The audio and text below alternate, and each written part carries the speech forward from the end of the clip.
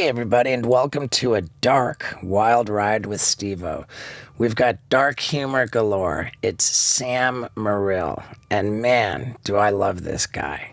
He was in the Joker movie with Joaquin Phoenix. He's got crazy stuff to tell us about that. He really gets too dark sometimes, and he's going to tell us exactly what that's all about. Plus, it doesn't get a lot darker than the story about me with that man's wife. Whew, telling you, this one really is a little bit shadier than normal. So, without further ado, let's get into it. Ladies and gentlemen, Sam Morril.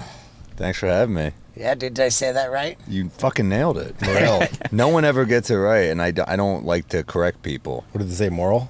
Morril, yeah. Moral phonetically it looks moral, but it's not, you know. Yeah. Look at these dates. Yeah, I'm on the road hard.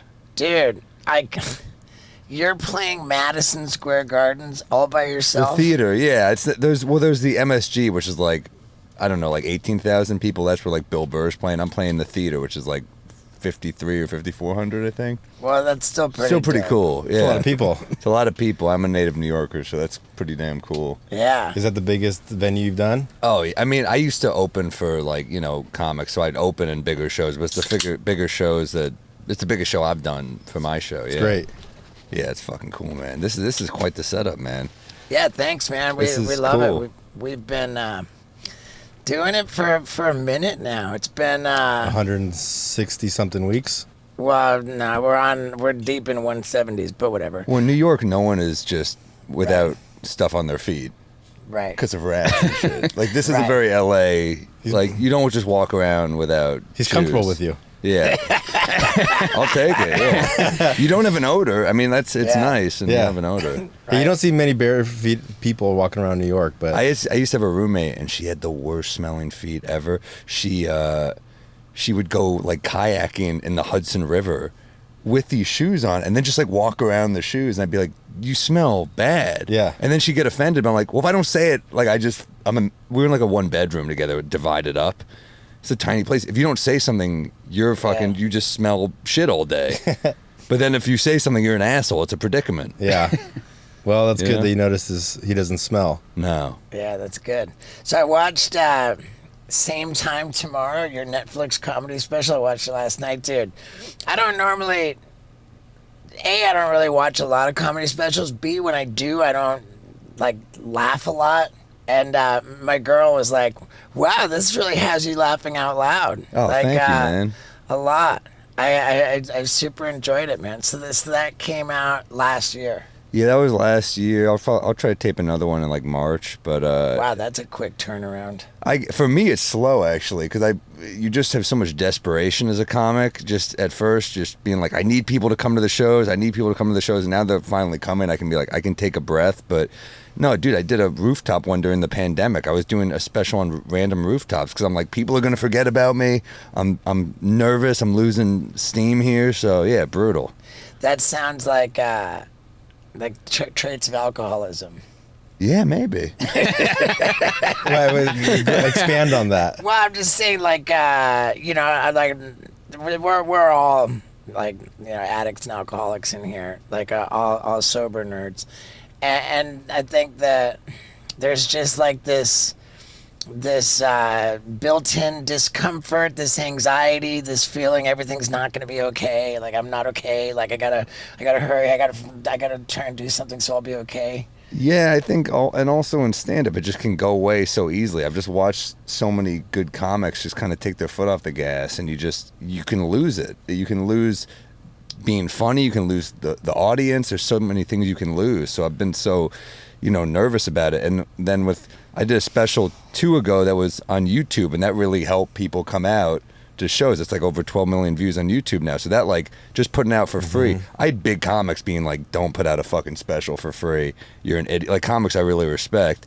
And I was like, hey, I'm going to do it. I mean, what else am I going to do? Right. You're done with the material. Yeah. People won't buy it. You put it out. So then I did that. That came out February 2020. So you put out a free special with the hopes to tour. That was right when the pandemic started. Yeah, so everything shut down. Yeah, I didn't. So that's why I did another rooftop one. So it was just straight fear. It was like, I'm gonna lose everyone who I just got, which I probably wasn't, but that's the panic. Yeah. Yeah. So finally, you can take a deep breath, and and I am a little hungover, to answer your question. Sure, yeah, it is traits of alcoholism too, probably. When you were performing on the rooftops in New York, that was during COVID, right? Oh yeah, and it's just deep mental illness. I mean, you're going where pigeons go to get your self-esteem. Yeah. It's deeply dark. Were people actually coming to watch your sets? Yeah. How many people showed up? Yeah, like 30 or 40 a show, but that's great. I mean, what happened was I was doing other people's shows, so you're literally doing a show in like the East River Amphitheater, with like a hobo pissing, and you're 20 feet from them. Like, you're like, holy shit, talk about like New York, everyone in it together. You're really in it together. So, you bomb, you do 10, they're like, every comic stage time's so valuable during this pandemic. So every comic is just like, oh shit, I gotta get in the show. So you're like, all right, fuck, you're doing 8 minutes, not 10. And then I was like, fuck this, dude, I'm doing my own. So I just started posting on Instagram, like, if you got a roof, a mic, an amp, and alcohol, I'll come to your roof. And you're like climbing fire escapes, and people were just up there. And I was like, this is fucking cool. So I do an hour, and I just work on stuff. Yeah. That's sick. Everybody was wearing masks there. That's the funny thing is, like, I remember putting out this thing being like, I'm going to get, like, canceled if I post a video of, like, people outdoors not wearing masks.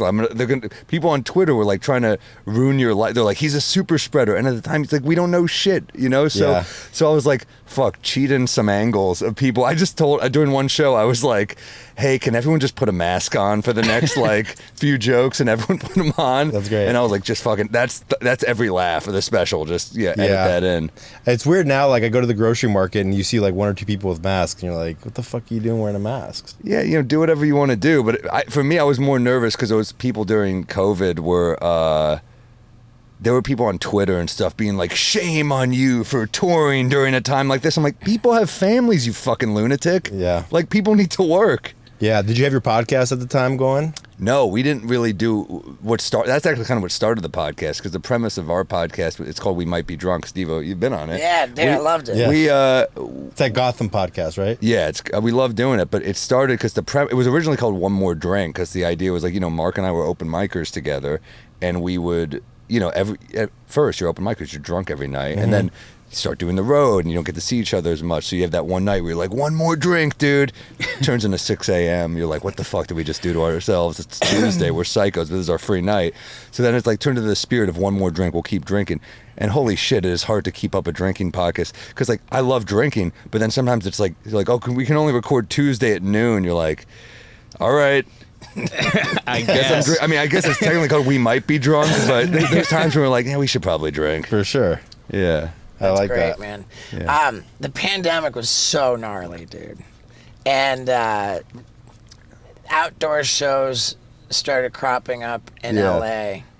There was one that I did quite regularly. I forget even what it was called, but it was they just turned like a parking lot into. That was Matt Rife's show. The little pickup truck, right? Was that at the Magic Castle? No, it was like off Hollywood Boulevard. If I forget what. Oh, I did that one too. Yeah. It was in the round. It was pretty cool. I remember that. Yeah, it was pretty cool. But then the second you go indoors, you're like, oh my! It's like fucking with a condom versus without. If you haven't had sex in 2 years, you're like, man, condoms are great. Yeah. But then once you take it off, you're like, oh, that was a fucking ruse, whatever that was. But yeah, we did But then LA, there weren't that many shows, because I was in LA at the beginning of the pandemic, and then I went to New York. LA's got all this outdoor space. There weren't that many shows. You go to New York, they're like, dude, I got a show on 49th and 7th. And you're like, on the street? They're like, the corner. Everywhere. Next to the everywhere was a bodega. show. You're literally, people were like, the people that we used to make fun of on the subway who were like, can everyone, I'd like your attention. That's what we turned into. So, like buskers. Basically, everything turned into a fucking, what do you call them? Like, not a Well, like what hostage. Dave Chappelle was doing, he was like 16, 17, just doing stand-up on the street. Yeah. That's pretty cool. Pretty cool. I remember, like, my whole thing, like, I had this joke that I really enjoyed, and I was kind of scared to say it, but I was like, hey, like, this pandemic, sure, it's really upsetting to see that, thousands of people are dying every day, but I'm just a, like, curious guy. I couldn't help but wonder, like, how many people die anyway? Right. So I Googled Yeah.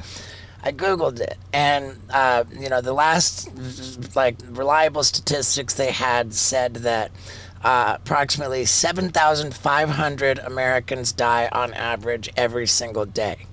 But that's not what shocked me. What shocked me was how many Americans are born every single day. 11,000. Whoa. Which begs the question, should the coronavirus not pick up the pace? And Yeah, that would. I enjoyed that joke. And when I Makes you told think the Chinese are onto something. Right? right, and it got a laugh, and I was like, oh wow, dude, that's like my I'm very light on topical humor. I love topical jokes. I love a good topical joke. You know, it's because there's something great about burning a joke and being like, that's that. You know, I miss like monologues, late night monologues. Yeah. You know, I love the spirit of those types of jokes where you're like, oh, the Gilgo Beach murders in the news, like something like that. But you just burn it, and that's that. And it's you don't have to worry about honing a joke for another special. You just fucking throw it into the world, and you get points for the shelf life of it. You're like, oh, this was Right. Yeah, you interned or you worked for? Yeah, that was a long time ago. Yeah, Was that Colbert? Yeah. Stephen Colbert. He's hilarious and a master of the English language. But if I'm not mistaken, he's only mastered one language, and I think that is a little bit weak. Let me tell you, soy una idiota profesional, which means I am a professional idiot. And I said it in Spanish. How? Because I'm learning Spanish with Babbel. This is the best way to learn a language these days. If you spend 15 hours on this app, and by the way, the app is like a fun video game which makes learning Spanish or any other language totally enjoyable, and 15 hours equates to taking a university course. A full course in learning that language. You could be speaking a whole new language in as little as 3 weeks, baby, with Babbel. And you know what? The listeners of the Wild Ride podcast, they get 55% off their subscription. That's you, baby. You want to stop being a loser and learn more than one language? Then it's Babbel time, baby. And to get 55% off, you go to babbel.com/Stevo. That's BABBEL.com/Stevo. Enjoy 55% off your subscription. Now let's get back to it. Well, on the daily, the Colbert on Comedy Central. The report, yeah. So that was your job coming up with jokes, or what'd you do there? No, we were like bitches. No, I didn't come up with. I wish. Got a coffee? I pitched them a joke, they'd fucking fire me in a second. No, I was like, coffee runs, like picking up Steve and his falafel. His BLT with one full tomato. I still remember the order. He's like a BLT with one full tomato. I'm like, all right. I mean, are they skimping on tomato? What's the fucking story here, Steven? But no, he was a cool boss. He was very nice to everybody, and that show was legendary. You know? Yeah, big time. Of course, big time. Remember when we were in New York? We went to the Colbert show. Nobody set it up, nothing like that. We were just like, oh, let's go to the Colbert show. Because they had a line down the fucking whatever. So we were unannounced. We just showed up at the Colbert, and I'm like, maybe they'll be stoked I'm here. I don't know. So we go like right to the front of the line. And I'm like, I'm here, and they're like, oh, cool. So they let us in, like just as Went to the green room, just as like regular old spectators. Yeah. And the second that we were unsupervised, we just like barged down into the guts of the place. And, like we're just chilling there. Like Stephen Colbert walks by, and I'm like, hey, what's up, dude? Yeah, we have footage of that. Yeah, we were so not supposed to be there at all. That's amazing. Yeah. We just, I remember you had the camera famous going. people should be assassins. That's like a great, You would never see it coming. Yeah. You're just like, Steve-O's not going to shoot the president. He's a fun guy. Yeah, he was like, hey, Steve-O, huge fan. Yeah. Like, yeah, cool, thanks. Right. Oh my God, it's Stephen Colbert. Right, and we didn't make a big deal out of it. He was super cool. And You guys were gracious. on that like Viacom family, right? Yeah, Got that little, guess. What's the Viacom? CBS. Well, it's like CBS, Viacom owns everything. Yeah. Comedy Central. That was all like the same. I don't know that BET. CBS. BT, VH1. Yeah, Nickelodeon, Comedy Central. That was a big dude. They That's a big sinking ship right there. Nickelodeon. No, everything, the Viacom? whole thing. That was fucking like Netflix kind of. Yeah. But that was everything. Think about when Paramount. cable was around. Yeah. Now it's all just. I mean, it's all just streaming. Now it's platforms. Paramount Plus. Yeah, Yeah. I think Viacom's in better shape than what is it? Time Warner Discovery. Yeah, I Yeah, guess. AOL. That's HBO Max, Time Warner. It's all that. Yeah, I mean, dude, it's crazy. The Like, world pretty that soon we they're live just in. going to start buying out all these things. It's going to be like 3 main companies at the end of it. Well, you gotta wonder. Like everything feels like it's gonna turn into one big company because they gobble up this and that, and it's all. But Monopoly. then the world changes a little bit, and these big, huge things are failing. Well, Netflix couldn't afford to sustain this business model. That seems why that's part of the strike, right? I mean, $15 for all this shit. Like, I saw some of the money they were throwing around. I'm like, yeah, you can't just fucking do. Look up who they pay. Some shit you've never even heard of. They drop like 900 mil on, and you're like, Yeah. I've never even heard of that shit. Yeah, somebody said that was a part of their like strategy was buying out all these like specials, and so they're losing money on a yearly basis, but they're also like gaining the net worth and because they own these assets. So then the play would be to sell out later. Yeah. But I don't know how. I mean, their stock in the last 3 months is just fucking through the roof. Yeah. I Is that because they're not don't- paying writers? What is it? Or Yeah. actors? Yeah, I don't know. We're all gonna get replaced by AI, man. I this self-driving car shit, like, I mean, literally, we're in a car. This could be. Yeah. Whoever drove here is fucking finished. That's it. No, San Francisco, they have like the sensor driving car. That's like how dystopian this future is. They'll just have the cars driving through San Francisco. The people are on the street. The cars are driven by no one. Yeah. Yeah. The people have squeegees. They're fucking probably Yeah. Wait a get money. second. There's no one in the car. Are they actually like? Yeah, they're starting to they roll that out. But like here, I don't know in New York, but like here they like if you order a Postmates in West Hollywood, they have a little robot that comes to your thing, you put it in and just you see it riding on the street. I've seen those. Around Yeah, but here. how Yeah. long do you think that could last though? Because I've Forever. seen, but people only just gonna start get better. It's new. destroying. What do you mean, how long is it gonna No, I know, last? but people are destroying them, stealing the food. Like, Really? can't get in. yeah. No, dude. Dude, the Domino's like 2 years ago they rolled out a selfless delivery driver.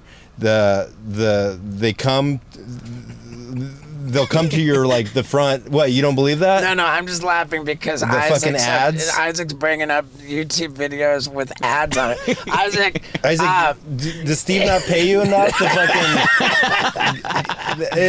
That's why people complain that there's ads on the podcast is because they have this type of situation to where they have to fucking log into the podcast and then they have to watch bullshit local ads and then ads on top of it. It's like right? Okay.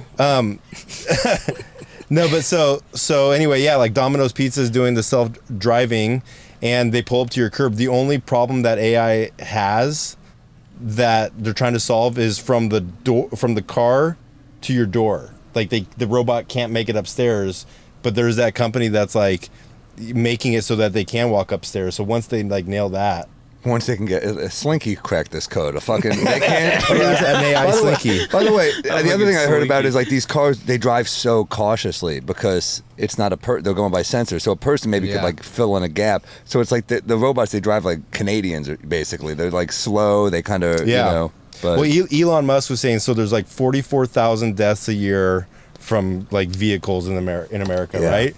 So he's like, if I can get that number down to 4,000, he's like, what the people are going to do is they're still going to complain because, oh my God, you see that self-driving car? It got in a crash. But he's like, we just got that number from 40,000 down to 4,000. So there's still some problems with it, but I think like, Yeah, well, there's definitely some problems with that thinking because on a case-by-case basis, if you can actually assign blame for a death to someone, that person's in trouble. Like, and if he's the guy that you can assign the blame to because he's responsible for the self-driving situation, then he stands to be in a lot of trouble.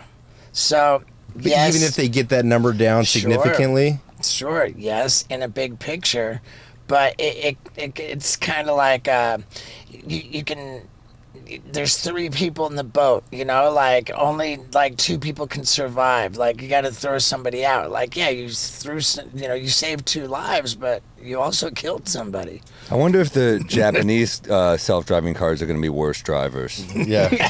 Or the female Yeah, the AI. female AI, yeah. You get the voice, but I can't drive. I have a license, but I'm like a shit. I shouldn't have a license. I'm a New Yorker. We don't drive. I grew up in London, England, and I never even learned how to drive until I turned 20 years old. Oh, wow. And then I 20. got my first DUI within 6 months, and I got my second DUI within 1 month of getting my license back from my first DUI. Well, this is like the case for the self-driving cars. They're not getting drunk, right? Yeah. One time I was getting blown in a car, like in a taxi cab in New York, and the driver said, "You know, a person's driving this car," Really? and that's the first time I thought, like, fucking self-driving, dude. Robots, get the robot cars. That's because everybody takes taxis in New York, so I'm sure. Yeah. Well, Taxi Cab Confessions in New York was a good The TV shit they've show. seen. But right now we're losing the cabs to the Uber. That's what you'll get is like Ubers and Lyfts. Yeah. So I try not to take those, but then like you'll tell that to your black friend, they're like, "Fuck yellow cabs." You're like, "All right, they're not perfect, you know." You have to dabble. How did you respond to the taxi driver saying that someone was driving the car? I was like, "Ah, sorry." I didn't know what to say. I don't know what he said. And then she stopped, and we just went into my apartment. How long ago was this? It was years. I was very young, you Yeah. know. But yeah, no, it's not like a proud story, you know. 6 months ago. I mean, it's kind of proud. It's pretty cool, but It's not a proud story like the all boys school stories. yeah. I loved that. Oh yeah, I went to the all boys school. Yeah, we would. That's a real story. My friend died. We used to all jack off together, and I did lose. I cut a good part of that joke because it was like too sad. It was making people too sad. But yeah, we used to all. There were 4 of us. We would watch. We were like 7th grade. So like, by the way, this is another bit that if I do in a black crowd, they're just like, "What the fuck are you talking about?" I was like, "We all used to jack off together," and they're like, "No, we did not." I'm like, "Oh, sorry," you know. But yeah, we used to. We would like, yeah, these are me and 3 white kids, and we would masturbate and in the same room. But we guarded our take a penis. corner. Yeah, as I said, we kept it civilized, but we're watching porn. They used pillows. Yeah, to show their kind penises. of like the wall at the urinal. Yeah.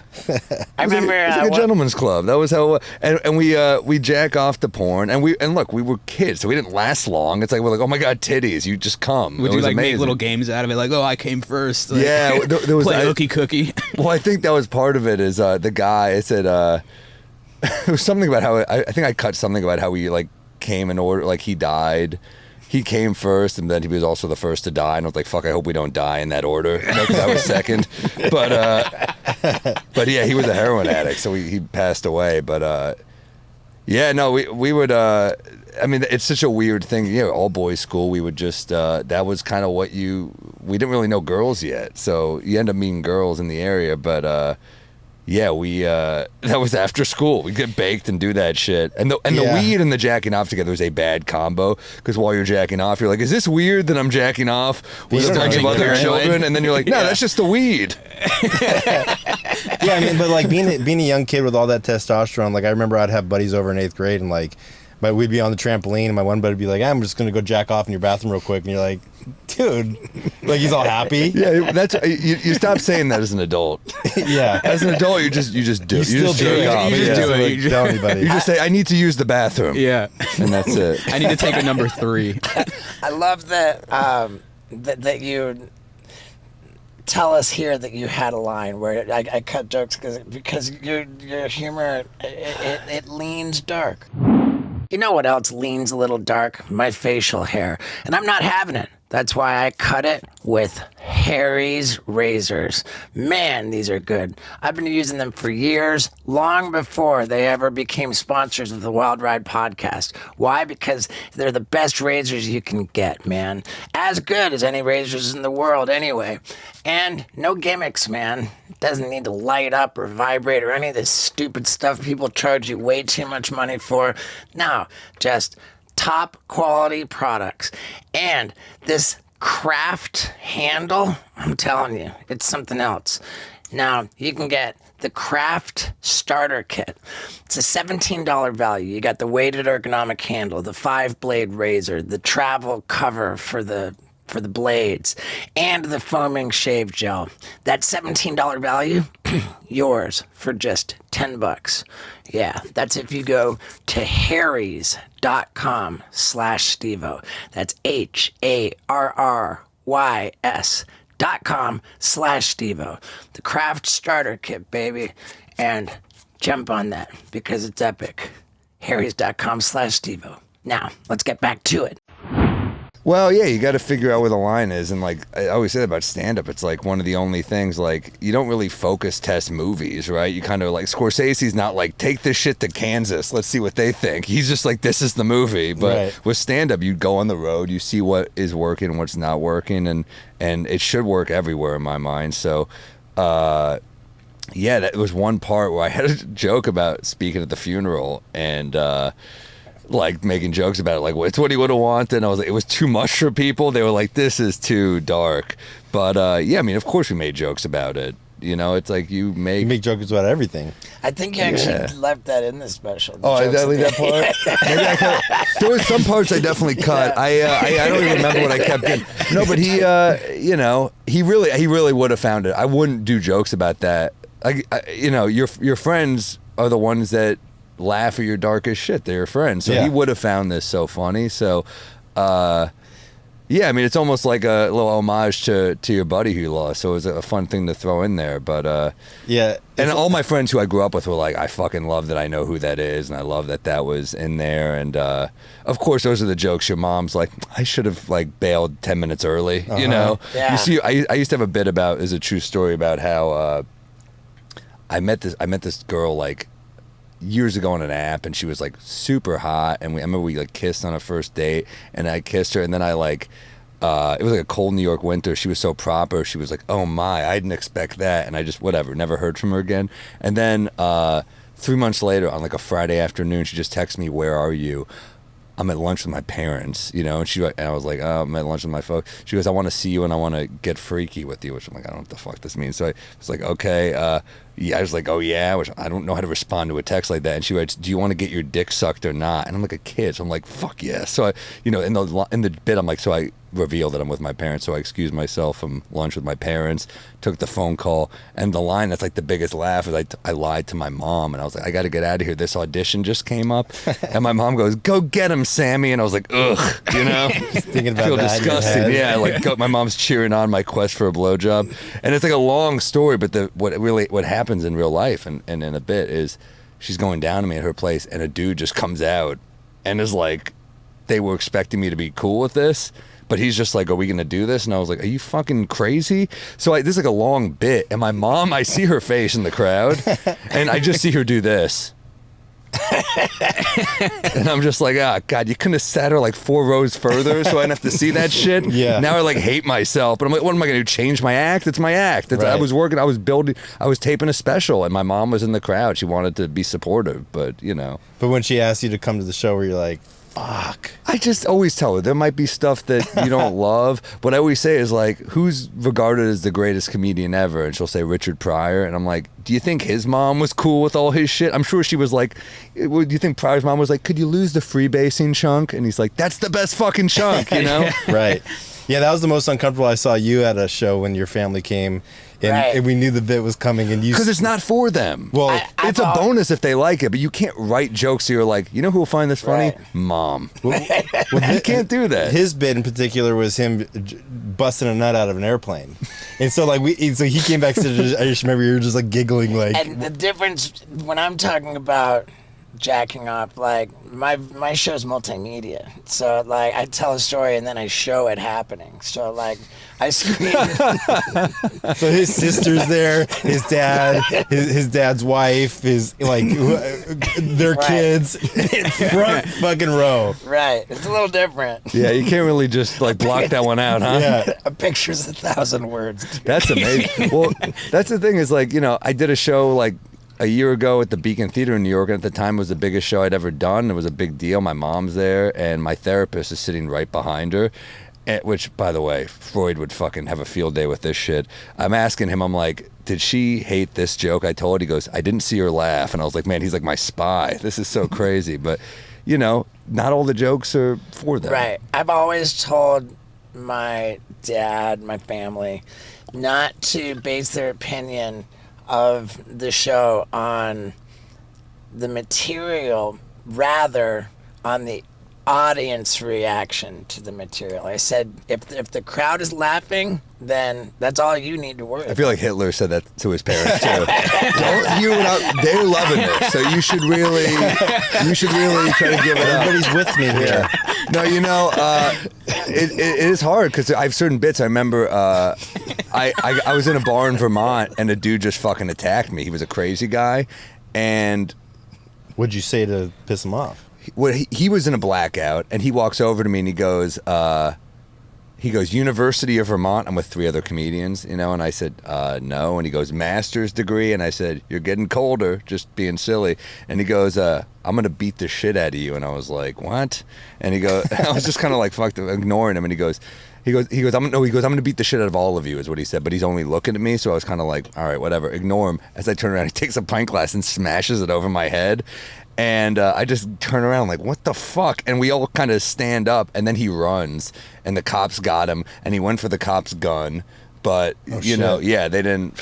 I don't like that. Well, if you're white, you get to live, apparently. And turns out he was a therapist and whatever. So this whole crazy story happens, and my mom is like so upset by it. And I was like, well, Mom, here's what happened. I got attacked, and my instinct was, how can I win in the end? And I win in the end by making it a bit and a special. Like that is us taking control of bad shit in our life. Same with the story of the guy walking in. By the way, if I did that to a woman, my fucking career would be over. If I brought a woman home and I was just like, hey, I got another guy in the closet right here. Yeah. That's Fuck my friend. That's career ending shit. Yeah. But so, I mean, like, yeah, that will traumatize you a little bit, turn into a bit. Now I'm happy. I win. It's like you get laughs from that story.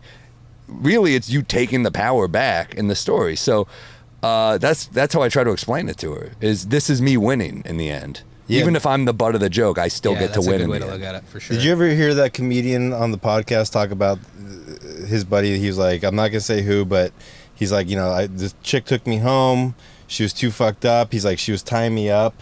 To you know, that's what she was into. She tied me up, and I'm sitting there tied up, and she passes out. And then her dad walks in the door, and then he was like, "Oh fuck!" Like her dad's home, and her dad comes naked. Yeah, butt naked. Okay. Her dad walks in, and he pulls down his pants and starts sucking his dick. Shut the fuck up. Wait. That's not a real story. What? I thought you said he was naked. How could he pull down his A pants? totally there? different direction than I thought. Yeah, he was probably getting there or whatever. Naked or not, the story is the dad. Well, it doesn't check out. Yeah. Detective Steve-O's hot on the case. Yeah. Dude, you're full of shit. No, that's legit. That's what I heard him say. That's a bad. And then they asked, ending. "Did you bust a nut?" And the guy's like, "Yeah, he busted a nut." Damn, that's a dark fucking night. I mean, you definitely got a case, I think. I remember. Can you imagine taking him to court?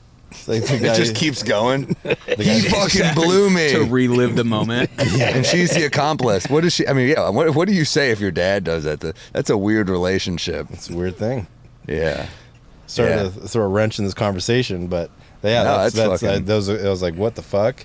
There's a particularly fun story where we were filming Wild Boys in Thailand, and I was with this met this lady at the bar, and she said, "Come on back to my house, we'll drink some more." I said, "Okay," and it was me and a producer guy. We go back, and then so the next thing you know, the producer guy is getting head in this lady's bedroom, and her husband walks into the room, and the producer guy says, "Get the fuck out of here," and the husband says, "It's cool. I'll just watch." And the producer guy says, It's not fucking cool. Get the fuck out of here. He kicks him out of his own bedroom. And then, whenever. Who's the bad guy in that scenario? It's a tough one. And then Were you there? I was there. Oh my God. I witnessed the whole thing. The producer guy kind of got frustrated with the situation. He left, but I stayed. I hung out, and I obliged, man. I was like, yeah, you can watch me. Are you serious? Super cool. Yeah, the guy gave me a condom. And I humped his wife in front of him. Oh my God. Yeah. Steven. That is crazy. It happened, and now I'm taking the power back. Here's an idea. Why just take power back when you can take power that you never even had in the first place? See what I'm talking about? If you can build an audience online, then why aren't you selling stuff to that audience? It's called Shipstation, baby. This is how I sell everything online. On Amazon, that's where we sell the most Steve-O's hot sauce for your butthole. But how do we get it there? Shipstation, baby. How do we get our products out to our customers? Shipstation, baby.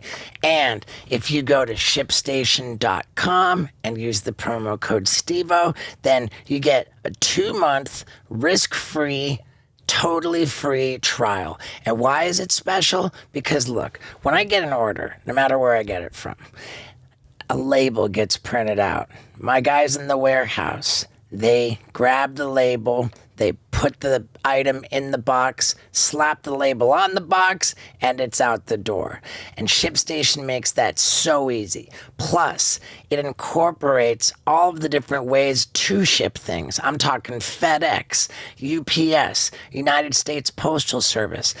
And on top of that, they hook you up with the best rates that you can get from all of those services. I'm telling you, it all comes into one simple interface. No matter how you sell stuff, it makes it so easy that it is a crime to have an audience and not be selling to them. So go to shipstation.com and use the promo code STEVO for your 60-day no hassle, totally free, risk-free trial. You're not going to believe it, man. And hurry up and do it in time to take advantage of the holidays. Shipstation.com with the promo code STEVO. Now, let's ride this baby out. Sounds like you're just fucking a guy's wife. I don't know. I'm taking the power back. Yeah. Okay, so it's a win-win. Wow. I'm winning again. You ever hear there was this comic as a joke? His name's Dwight York. His joke, I love where he goes, "My wife said the best sex we ever had is when I snuck in through the window wearing a ski mask. I have no idea what she's talking about." It's a great fucking joke. That's a good one. Who'd you just pull up here? No, it's not him. That's a football player. That's a guy who'd kick your ass. No, he's like a bald guy with long hair. So growing up in New York City. There he is. Yeah. Oh, that guy. Yeah. Growing up in New York City, what's the craziest subway story that you have? I have so many. True story. I used to have a bit about this too, but a true story. I was on a train with a girl I was dating once, and a guy started jacking off to her on the train.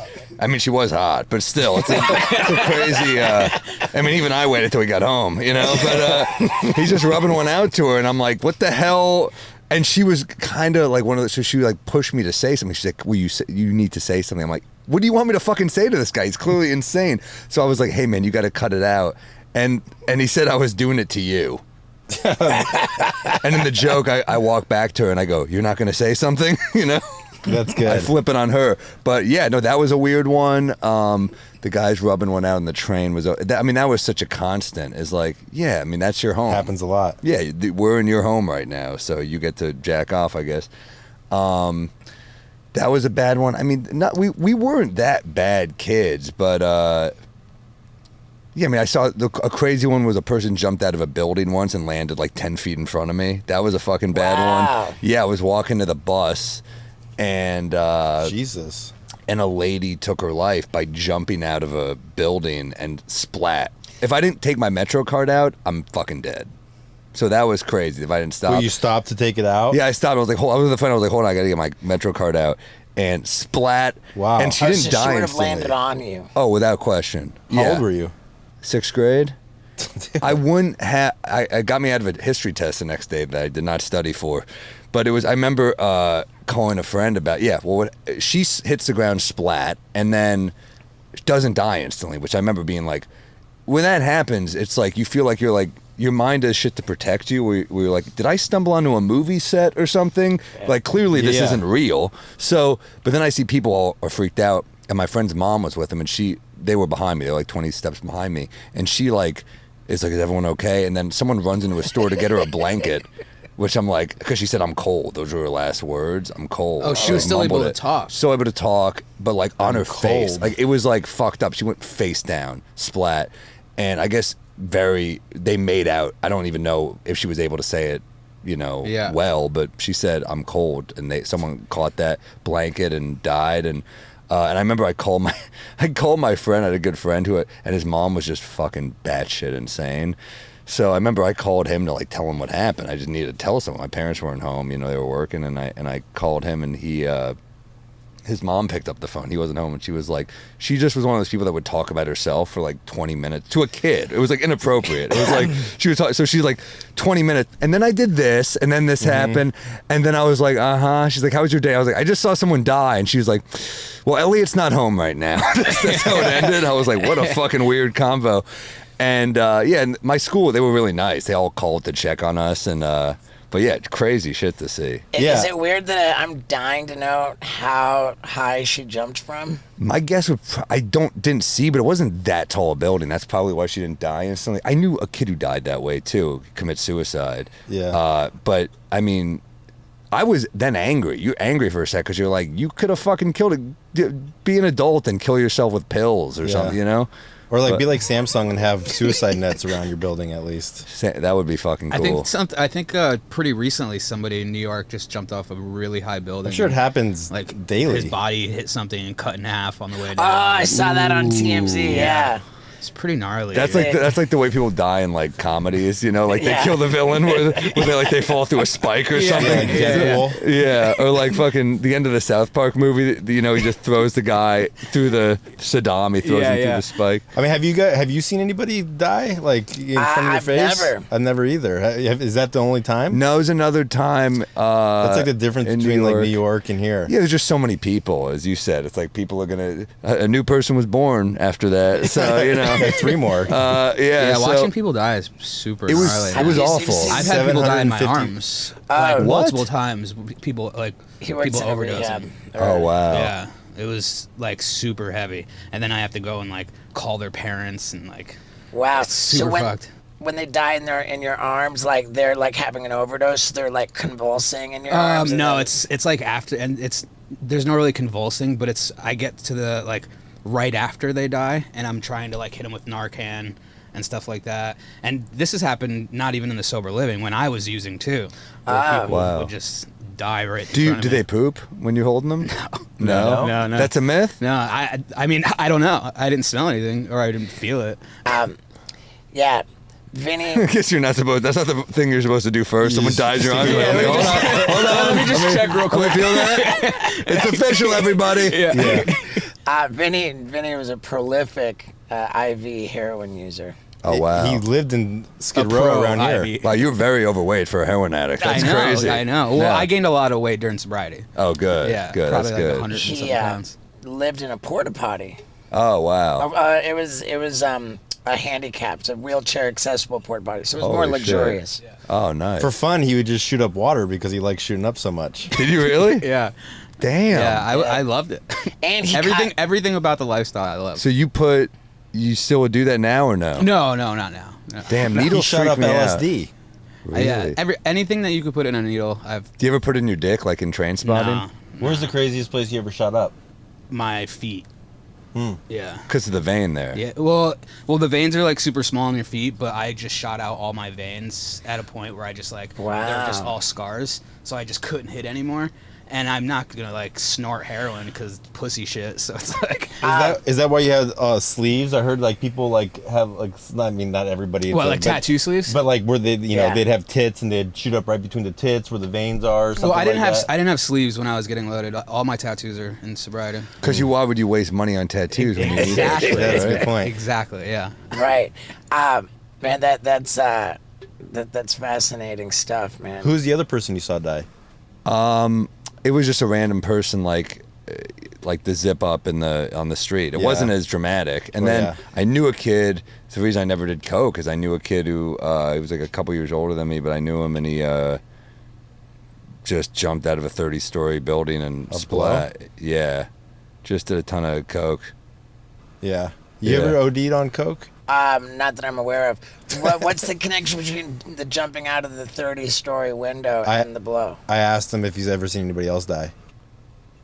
So I they- didn't see him die. I didn't see that. Oh, so two people jumped off of a building. Yeah, he's another dude who jumped off a building that was just connected. Yeah, and 30 stories will do the trick. that'll do the trick. For sure. And then the person in New York was 750 feet. I think the tallest building in downtown LA is like 980 feet. So that's a fucking tall ass building. I mean, it's 10 foot per story. So 750, that's 75 stories.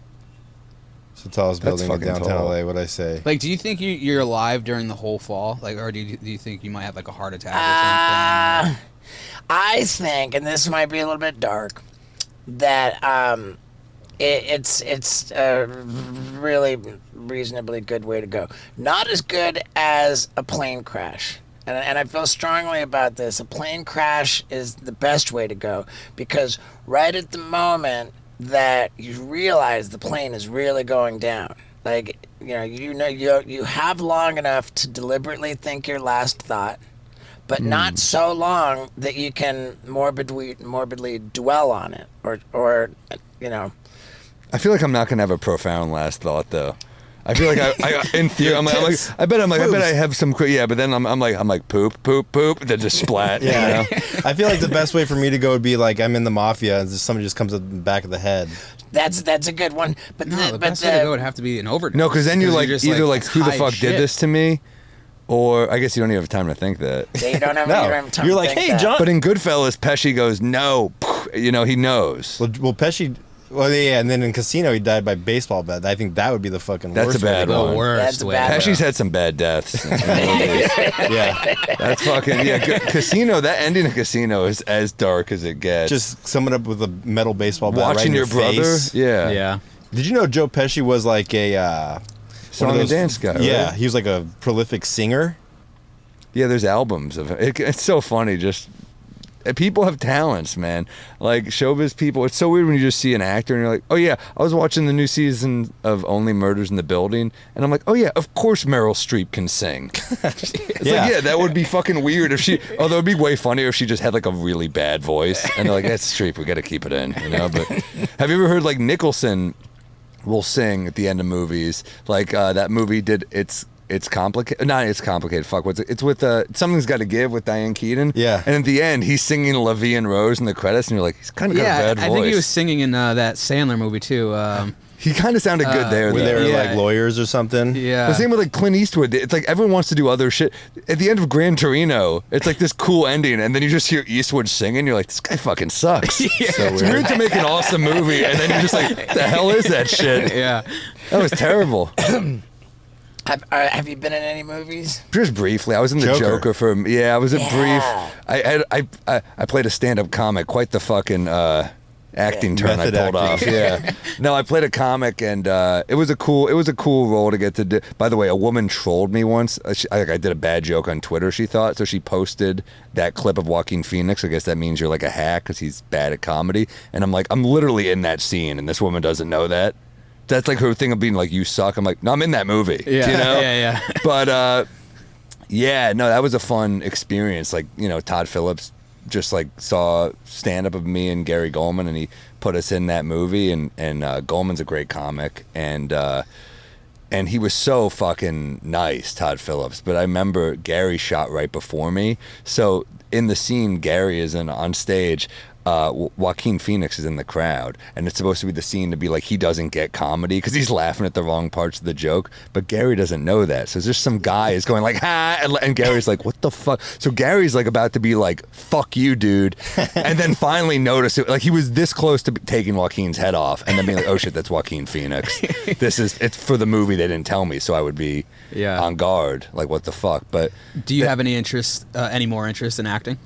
Should I make? I'm not like that type of stuff is super fun. Obviously, For sure. I love movies, so sure. But I'm not like I don't. You're not pursuing. I have no plans to be like, oh, I'd really like to get deep in a character. No, but I love movies. So I'm writing something I'm going to make myself, like a web thing. I'm going to make with my friend Gary Veter, and it's really funny. It's like it's going to be out hopefully soon. We'll shoot it soon. I mean, it's hard for me to believe that a movie as big as The Joker can get away with shooting a scene and it's like the guy on stage in the scene doesn't know that it's a scene. Well, that's I mean, first off, he's just a really good actor. Joaquin Phoenix. Like you're like, who the fuck is better than that guy? He's like as good as anybody, right? Yeah. And then Todd Phillips just knows. He's so good. Todd Phillips is like a great combination of like knowing comedy, and then just knowing how to make a good drama too. But I mean, Todd Phillips made the best comedies like the last 20 years. Old School, The Hangover, Road Trip, they're like all great movies. Wow, Road Trip with Tom Green. It's a great movie, dude. Dude, I think Road Trip was such a better movie than American Pie. And I liked American sure. Pie, but Road Trip's amazing. Yeah, American Pie 1 was good. The rest were okay. And they came out about the same time. Right? Road Trip was phenomenal. Road Trip and American Pie. Road Trip it holds was up. phenomenal. Yeah. We just watched Totally it holds up. recently, and it really holds up. It's a great movie. Yeah. It's funny as shit. Dude, yeah. Oh, I guess fucking damn. Stifler's in both. Stifler's in both. He got his. She was hot too, that He got redhead. his prostate fucking jerked off in there when they went to the sperm clinic. It's the first time I learned about that. I was just The old finger in the butt move, yeah. He's a little too young to be into that, though. I feel like you got to be like at least mid-20s to start taking a finger in the butt. Because where do you go from there? Yeah, he was 18. Yeah. Yeah. I wonder if Sean William Scott gets bummed on being called Stifler like George Costanza. like McLovin. Yeah, Like you call McLovin McLovin, like he's bombed. like It might, Jason- it might be annoying because they've been in other good stuff. They were in a good movie together. Role Models is great, I thought. Role Models Yeah, was epic. Same it was as really good. Dude, Where's My Car?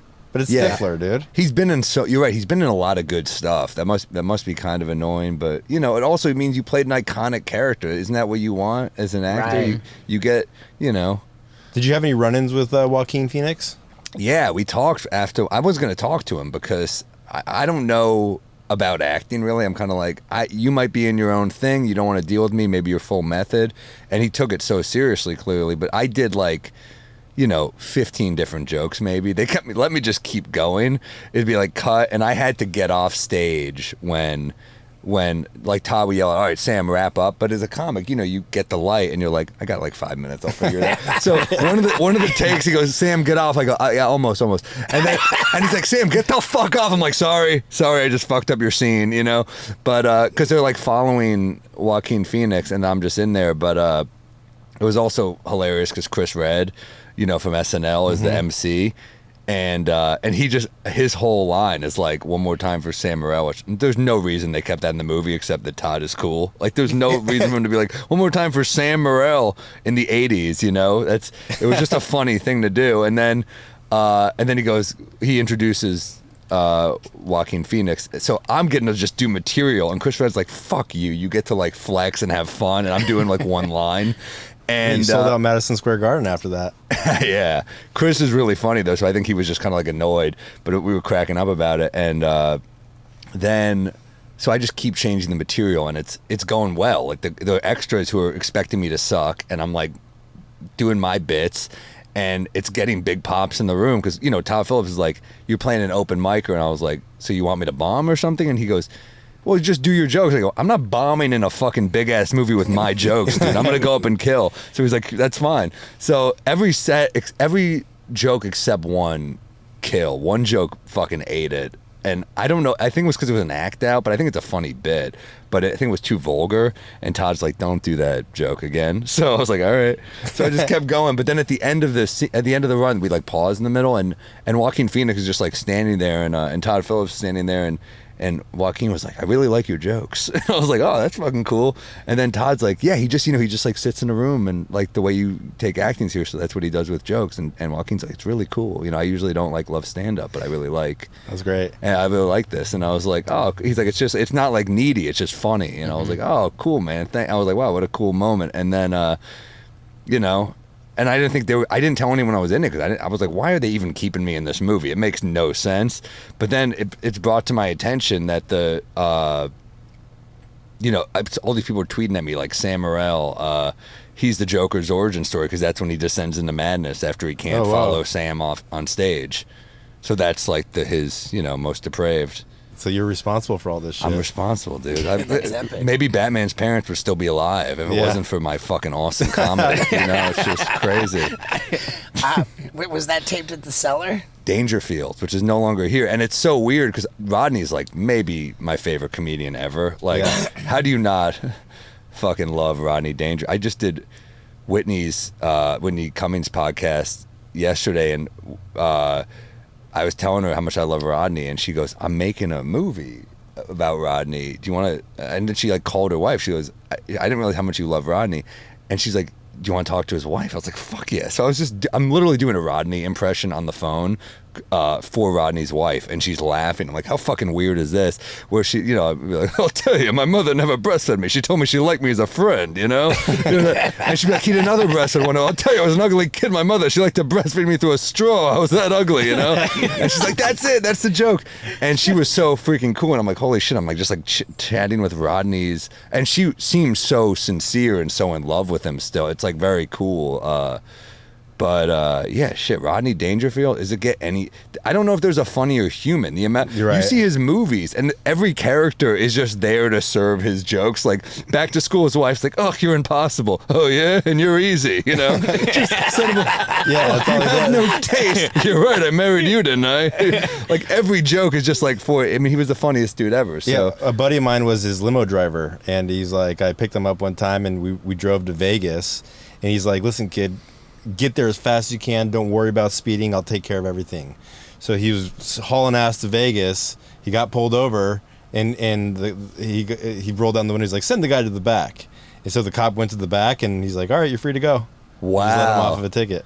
Because what are you going to do? Give Rodney a ticket? That's what his wife said to me. She goes, "I'll tell you a Rodney joke that no one's ever heard." And I was like, "Please." And she told me this story that he had brain surgery, and they were like, maybe this is going to affect his speech, and he's not going to make it. And the first thing that happens when he comes out is, of the surgery is they say, "Rodney, did you cough anything up?" And he goes, "Yeah, 500 weeks ago to a whore." 500. I fucked the joke up. Let me redo that. "Did you cough anything up?" "Yeah, $500 last week to a whore." Is what he said. Like, oh my god, That's funny. I blew the joke. But yeah, he's. Yeah, he would just go on stage wearing a robe and just his balls hanging out. Yeah, that's what they say. We just like his balls would always be out. What a weird. He was like a carpenter or did construction up until 50 or something. Aluminum siding, I think. Yeah, he gave up on comedy, then he came back at 50. I mean, that's It's so weird. Wow, man. Legend.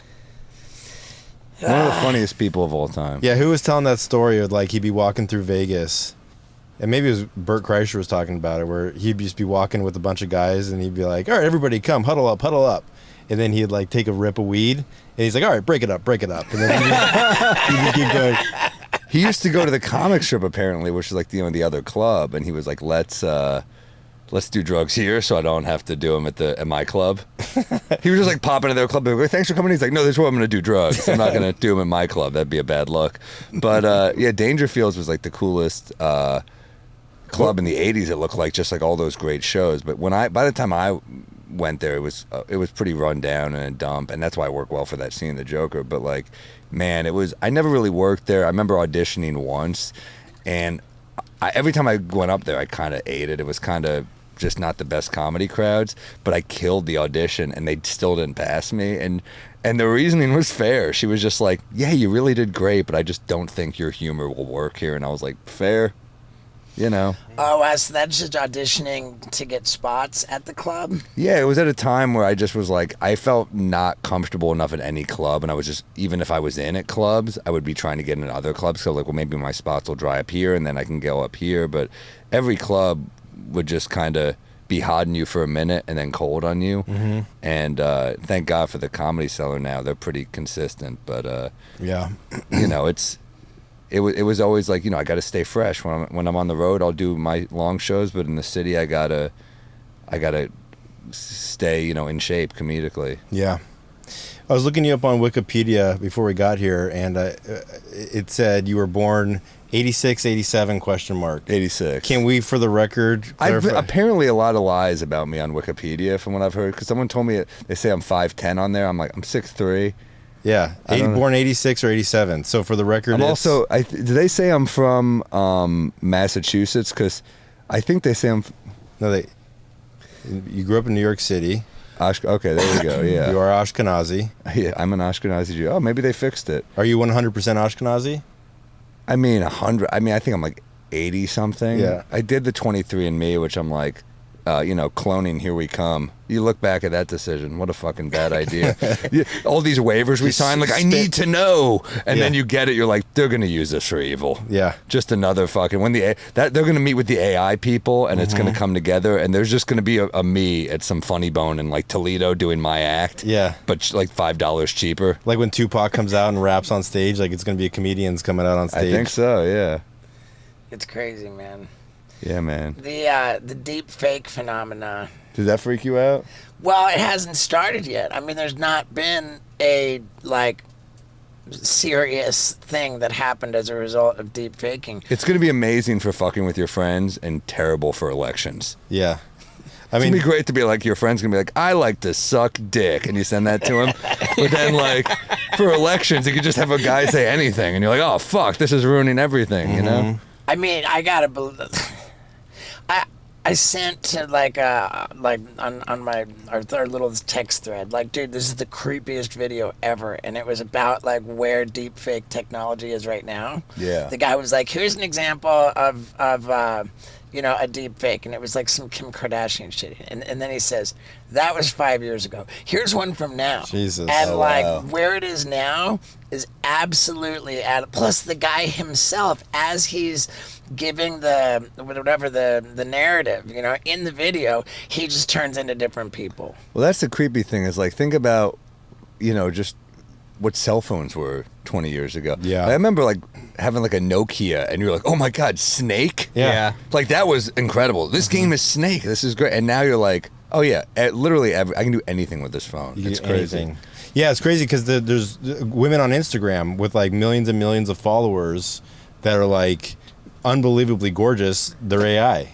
And so you have these little kids killing themselves because they're depressed because they don't look like this, but it's not even a real person. And they know it's fucking with kids' self-esteem. The weird thing about, like, Meta is, like, they'll do these tests to be like, is this damaging young women's self-esteem? And they're like, they'll be like, oh, overwhelmingly yes. And they're like, are you going to change anything? They're like, no, of course not. That's going to get likes. What are you talking about? Yeah, it's working for us. But and what's crazy is, like, because I didn't think anybody used Facebook anymore, but the Meta stock is going through the roof too. yeah, they're doing all right. And also, you know, I remember, like, when phones had a compass. Remember that early on? You're like, well, cool, this phone has a compass. Now, if your Uber Eats guy is not exactly, you know, if your Uber's... You're like, what the fuck? 40 feet away, you're like, what are you, a fucking idiot, you know? Yeah, I mean, look at the Meta stock. I mean, go for the last year. It tanked and then it went back up. What about that whole narrative that the metaverse was a fail? Like, no, because it's just getting started. They're working on other shit too. Yeah. It's like the VR. I mean, they're like the metaverse is VR. I did a right? show for VR in Montreal. Did you do that? No. It was like we just did crowd work, and it was for, like, they put the Oculus thing on your head. You're like, man, this is kind of cool. Oh, I remember. But yeah, no, I did that, and holy shit, I went on first. Talk about, like, crowd work shows for like where you have like if I do crowd work at my show and I can like weave it into jokes, I'm smooth. But when it's like 20 minutes on the spot, you know I'm doing badly when they're like do 15 and I'm like I've been up here like 25 minutes. They're letting me keep going. They're like find something here. But I slipped. I called a woman fat. I'm like, oh my god, I'm fucking bombing here. This is terrible. So you were at home and you did it to a show in VR, or how did that work? No, it was Montreal. Did you call a woman fat, or did you ask her if she was pregnant? No. I wish she was. Oh my god, that would have been a savior. No, I just was like zinging people one by one, and that they all hit, and I got momentum at one point. I'm like zing, and then I get to her, and I was like, I did some planned words about her being heavy, and it was just silence, and I was like, sorry, I don't know. What do you say? I mean, I just have to keep going. So, but how does the VR work with I don't know. I think you have the Oculus headset and you put it on, and Yeah, then you everyone's have saying an avatar. And so people are at home watching you do comedy, or were people in the audience? No, they're at home. No, there were people in the audience, but they're not in the headset. No, that would be fucking. That would be crazy. That'd be like crazy. But no, it's you watch it at home, and it's like they can like look around. They feel like they're a part of the show because you're like in the round, kind of, you know. Because people are doing that at front row at the Lakers games. Like you're at your house, but you're front row, and you're like looking at Lakers shit. Oh wow, is that how you do it now? They're doing it at during the pandemic. They're doing it at strip clubs. They're gonna too. make, and like NBA players make so much. This is gonna go to them at some point. How do you like, know that, Scott?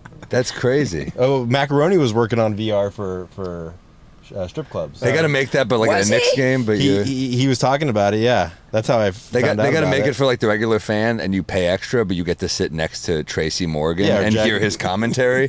'Cause I sat behind him at a Knicks game once. It was the funniest shit I've ever. Like Tracy Morgan just not making any sense, but it's still kind of gold somehow. Where like I remember this Michael Beasley had like the game of his life. He was just on fire, and Tracy Morgan just turns around to me and my friend. He goes, "Real animals eat meat," and we're like, "I don't know what that means." Tracy Morgan, this is fucking amazing. Yeah, just all day Tracy Morgan just going. Yeah. Dude, I love it, man. I saw him one time leave the Comedy Cellar, and he was just passing Louis. Like, Louis going on, Tracy just got off. Oh, no, Louis just got off, and Tracy's going on. And he goes, "You better left some meat on that pussy for me." And Louis like, "I left a lot of meat on the pussy for you." Just that interaction, like, that's a good...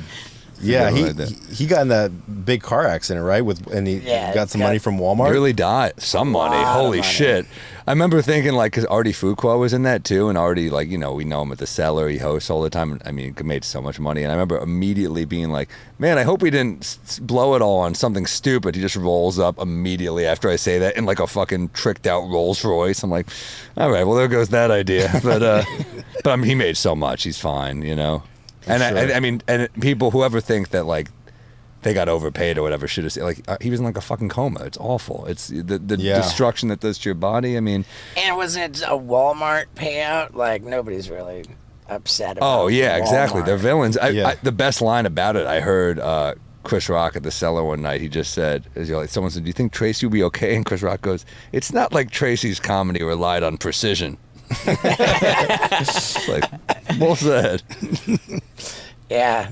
No, Tracy Morgan's so funny, dude. It's like, and he's so like, how do you not love that guy? There's old morning TV clips of that guy just like taking his shirt off in the segment. Like, can you imagine you're like, you host like Good Morning Dallas or something, and you just have Tracy Morgan taking his shirt off. And then saying he's going to impregnate the anchor. You're trying to keep this show like on the rails, and this dude's like, there's one where he pretends to be an amputee, just like puts his foot back, and he's like, "I was wounded in Vietnam," and they're like, "I don't know what to do with this," but that's the genius. He's just making it, you know, uncomfortable. Yeah, I love fucking with morning TV people, because it's like literally the only way you're gonna sell tickets. Like no one. If I behave, no one's gonna give a shit. But if I just do something horrible, it's going to be hilarious. Yeah, I was tickets. watching some of your morning TV interviews today, and they look so awkward. Yeah, it's uncomfortable when you're in studio because they do not like me. Yeah. But it's way fun. Yeah, I remember the one they really got hilarious, mad at. yeah. Well, the one they really got mad at was Good Morning Pittsburgh. No comic who ever played the Pittsburgh Improv after me has done their show since. I ruined it for everybody. But it was there it is. Yeah, that's the top one. Oh, yeah, that one. 21 seconds. Yeah, that one right there. Yeah, they were not happy. How long ago was this? Years ago. But they just asked me enough bad questions, and I was just bored and on 2 hours of sleep, and you just are like, what can I do to make this? Is that it? Yeah, that might. No, that's not. That's another one. That's Kentucky. That one's Pittsburgh. Isaac is not having his best day running the multimedia. Yeah, put the sound on too. Oh man, do we not get Wi-Fi in here? Maybe that's... So they asked you, have you always been funny? And how many times have you gotten this question? You're just like, do a little, ask me something original. Like, did you know growing up, hey, I might be a stand-up comedian despite what the odd chart says? No, it wasn't always funny, but when I was young, I was molested by an uncle, and that gave me superpowers to be funny, because he was funny, so it's kind of like a Spider-Man origin story, you know? Okay, Yeah, they were not happy. I remember I was leaving, and I was like, "Hey, can I get a cut of that video?" And they go, "Get out." Really? And they were so mad. Yeah, I just tweeted. I was like, "Did anyone watch that?" And someone was like, I taped it." I was like, "All right, thank God." That's epic. But no, so many of them. Like, what do you want me to do with those questions? I have to do something, you know? Yeah, it's like somebody coming up to you and is like, "Okay, funny guy, tell me a joke." Basically, yeah. So yeah, they were not. And the live one, the problem is I only want to do the live ones because if I'm funny and like any others in their tape, they're just going to cut out anything funny I say. I've definitely done those where it's like a 20-minute interview and then I see it on TV and I'm like, 30 seconds. Come on, what the hell? So, but then my publicist will text me. She's like, I can't just ask for live interviews. They know you're fucking with them. And I was like, all right, fair enough. But yeah, we did one on Good Morning Raleigh or something. And holy shit, was a guy mad at us because we were just, it was live TV and they're just so Southern and proper. And we're on the tour bus and I pretended to be healthy. I'm like, we're on a health kick. We're all eating salads. And I turned around, my friend Gary's blowing lines. And it's fake lines, but on TV they were furious. And they cut the segment on the spot. And yeah, I don't know if we have those people were awesome actually. It's funny, the good interviewers are the ones that got freaking fired. Those people that were fucking on the Chicago show, Good Morning America. Ah, yeah. Those two hotties. No, this isn't a good interview because this is actually just a good interview they do because they actually were great at their jobs, but they got fired for he was banging everybody there. I think that black guy with those pretty green eyes. You know that guy I'm talking about? Yeah, I remember it. I'm trying to think because I was on there and I can't remember if it was before or after. But he was banging. Well, they were hooking up, and I think they're still together. But she was. They were both like good interviewers. They were very talented. And you can just tell when you're on a good show versus a bad show. But when you're a good show, no, you're like, I just want to give a good interview now, you know? Yeah. But no, so many of the small town ones, they're just like, they don't care about you. They're just like bored by you. So I'm like, well, I'm going to make this terrible. Yeah, I remember we went to one at like 5:30 in the morning, 6 in the morning, and like the guy was just so fucking loud and in your ear. And it was just like, it was so annoying. And some of these like morning radio guys they're trying to be it, and they're just so fucking like caffeine pilled out, and like it'd be like Danny Bonaducci screaming at you in your ear. It's like, Jesus, dude, like it's too early for this shit, you know? Yeah, some of them where they're just like, they ask you questions. I'm like, you did no research, and like it's fine, you don't have to, but don't expect me to like bring my A game. Like, were they? I did one recently. I used to do a podcast with the football player Julian Edelman, and nice. He's the man. I love him, but like. The questions they were asking me about him were like, they were like, so you know that picture where Julian woke up after the Super Bowl that some woman took of him who she just had sex with him? And I was like, yeah. And she goes, were you there too? And I was like, no, it was the woman. Like, what do you want me to do with that shit? That's your setup for me? Yeah. No, he fucked a fan or something. I don't know, you know? Yeah, it's probably why podcasts are blowing up, because it's like, you know. Well, this shit, yeah. I mean, this thing is like we're having a real conversation. It's like, you know, we're in a fucking van, dude. Yeah. We are in a creepy van, dude. It's nice to be in a van that's not creepy. I mean, it's like, you know. There's air conditioning. There's liquid deaths. Yeah, this is, if the Zodiac Killer were still alive, this is where he would do a podcast. Fuck yeah, No, dude. this is cool. This is, and you guys are like blowing up. This is big. That's good. Yeah. Oh, well, thanks, thank man. you for saying that. We've been on a good run, dude. We're super stoked. I think I'm trying to figure out which is the more age-restricted podcast, you or Mark? I would say, I would say Mark. Yeah, Mark. I feel Oh like my Mark, God. Yeah, Mark goes hard. I mean, that's kind of. I feel like I've turned into like the straight man on our podcast because Mark will just like fart on a guest, and I'm like, well, I can't go further than that, you know. So I just have to be like Mark, you know. But no, I love hanging with Mark. I mean, we've been friends for so long, so it's. He's fantastic. Both of you guys are fantastic. Yeah, you guys Yeah. are awesome. That's I loved doing your podcast. I feel like I was telling stories on your We Might Be Drunk podcast that about my like history with my checkered sexual past, and my fiance was present. That was Like, crazy. hearing some of this stuff, like the really dark stuff. Stuff She that must- she's never heard. I think so. Yeah. She must trust the shit out of you though, because you were so honest. I mean, it's like it's nice, you know. I think after the fact, I thought she was hearing it for the first time, and I think after the fact, she was like, "Oh no, I already knew that stuff." Yeah, but the fact that you thought it was the first time that shows how honest you are. Is there Yeah. anything that comes up now where she's like, I didn't know that? I think we've got pretty much all the rats great. have scurried out of the club. But yeah, dude, we got some tickets left for Madison Square Garden. Yeah, so I'm gonna be everybody- everywhere. We got Bethlehem, Pennsylvania, York, Toronto. That's a big theater. Chicago, the Meridian Hall, I think. Chicago Theater in Chicago is a big one. Gonna be in Phoenix, Pittsburgh, Cleveland, Columbus, Cincinnati, Indy. The theater in Madison Square Garden, and then I'm heading all over Australia, Brisbane, Melbourne, Yeah, Sydney. you gotta say Adelaide. Brisbane, I Brisbane, think. sorry. Vegas. The second time this year I'm going to Vegas. I'm trying to win instead of the Mirage this time, just mixing it up. They didn't have room. But then Tampa, and then my least favorite city in the country, Naples, Florida. I'll be returning to. I fucking hate those people. So it's a revenge gig. Shame on all the fucking vapid rich pieces of shit in Naples. I will strike down with great vengeance. Yeah. That show will be crazy. I wish death on a guy last time I was there, and I'll fucking do it again. yeah, because he said you Wow. mumbled. Yeah, that was one. Yeah, that was another one. one. How many- Dude, now Yeah, that's how you promote a show. I think we just sold out Naples. Naples, dude. Yeah, I can't wait. we have a lot of fans in Australia too. So Yeah, we just got back from how many? Like, 54 cities in 90 days. I think it was In 54. Australia? I think it was 54 shows in 42 cities. 42 cities.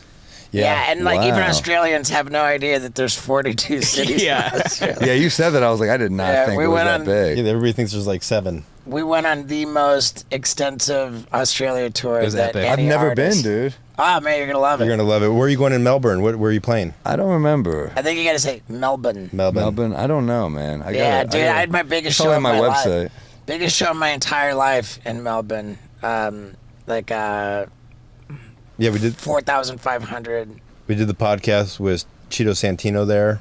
Oh shit! 'Cause you were shooting a movie, You right? shooting a movie. Yeah, he was shooting a movie. He's a with- great actor. Yeah, I just saw him on what's that one with Dave? No, the it was on Netflix. It was like an Asian show. I He don't was know. no, it was big with the female comedian. Why am I fucking Is it Beef? Beef? He was on Yeah. Beef. He was one of Oh the shit! Yeah, that was a really good. I heard it's That was great. a great TV show. The Playas Theater. Never heard of it, but I'll yeah. I've I'll be never there. been to Australia. Yeah. Yeah, dude, you're gonna love Australia. All over. MSG gonna be got epic. 4 comedy specials out there.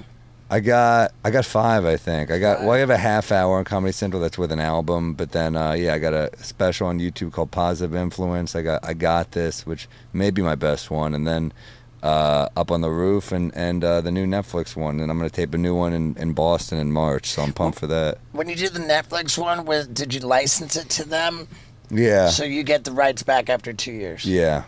That's cool. Yeah, so I think that's good. I think, people are so, but, YouTube worries me now too, where I think, my friend Joe List just put one out and it's killer, and he said that they got demonetized because he said the word in the special, so it got demonetized, and, and it gets killed in the algorithm, and like, we were going up as comedians against a robot that can't detect sarcasm or doesn't understand comedy, and it's not like a person being like, oh, that was ironic what there's Yeah. so that's dangerous. And I think YouTube was safer, but they keep moving that goalpost in, and I am worried about the future of comedy. I really am. Yeah, I can't put my my jacking off footage on YouTube. Yeah. That's the real problem. Yeah.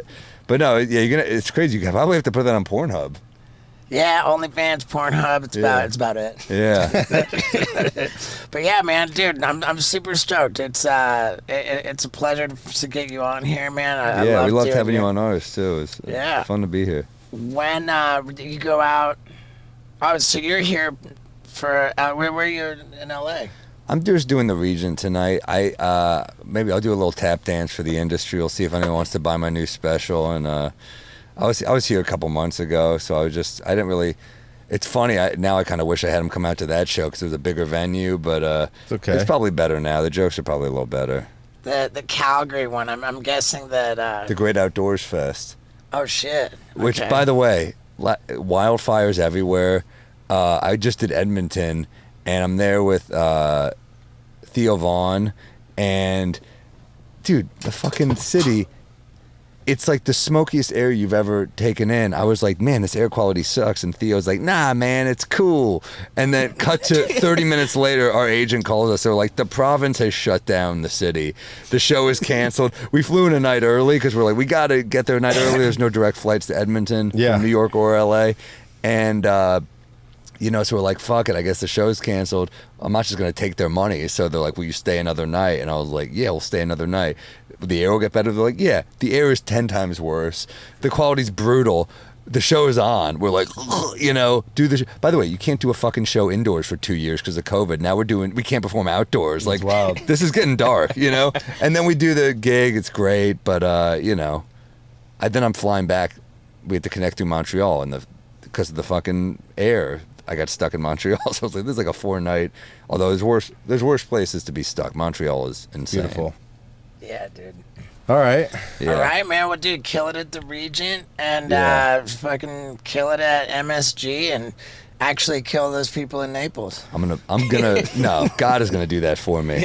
They're on death's door already. This is literally like the end. It's the end of the road. That's what I said last time he heckled me. Some guy heckled me and I said, fuck, I can't wait to leave here. And he goes, yeah, well, you're still here. And I said, yeah, well, I'll be gone in the morning and you'll be dead soon. And he goes, you'll have to put me in the ground. I was like, no, that's not how time works. And I was like, all right, thank you very much. That was like my show. Thank you very much. I wish death on 47 people. I've been Sam Morril. And they were like, yeah. Fucking hated me. Like the Joker up there. I really was. Joaquin had a better set in that movie than I had in Florida. Dude, that's epic, man. All right, brother. All right, thank you, man. dude. Thank For you, sure. guys. Hell yeah. Thank Pleasure you. to meet you. Pleasure to meet you. Is that dude awesome enough? I mean, come on. I love him. And check out how awesome we are because as this comes out, it's tomorrow that his tour starts. That Madison Square Gardens Theater, that's November 4th. Now is the time to jump on this guy's tour. And it's also the time for me to thank you, the wonderful street team. And I'm super stoked because I'm finally developing a special Wild Ride Street Team t-shirt. And I was just going to make it be like the Wild Ride logo with some cool, maybe like graffiti thing, because that's like a street team kind of thing. And have the Wild Ride logo and then have it be like spray painted street team underneath it. And Lux, she says, make it doper than that. So we're taking our time and really trying to figure out what's going to be the dopest Wild Ride Street Team shirt. And I like to think I'm never, ever going to promote it anywhere but at the tippy tail end of the Wild Ride podcast because it's the only fucking time I talk to my beautiful, wonderful, beloved street team. So, you guys are it. I loved you. And I want you to have the best day ever. Thank you. Yeah.